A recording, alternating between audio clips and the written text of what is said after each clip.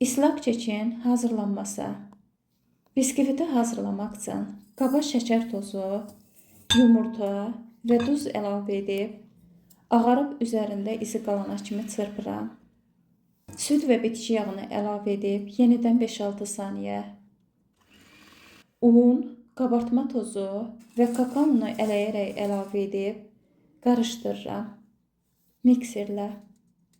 Hazırlanmış kütləni formaya yığıb, öncədən isidilmiş 180 dərəcədə nəzarət edərək 40-45 dəqiqə bişirirəm. Qaba şəkər tozu, kakao, bitki yağı və süd əlavə edib, orta istilikdə qarışdıraraq bişirirəm. Qaynamağa başladıqdan sonra isə 2 dəqiqə. Biskvitin ilk istiliyi çıxan kimi qaynar qlazuru əlavə edib, 5-6 saat soyuducuda saxladıqdan sonra sunum edirəm.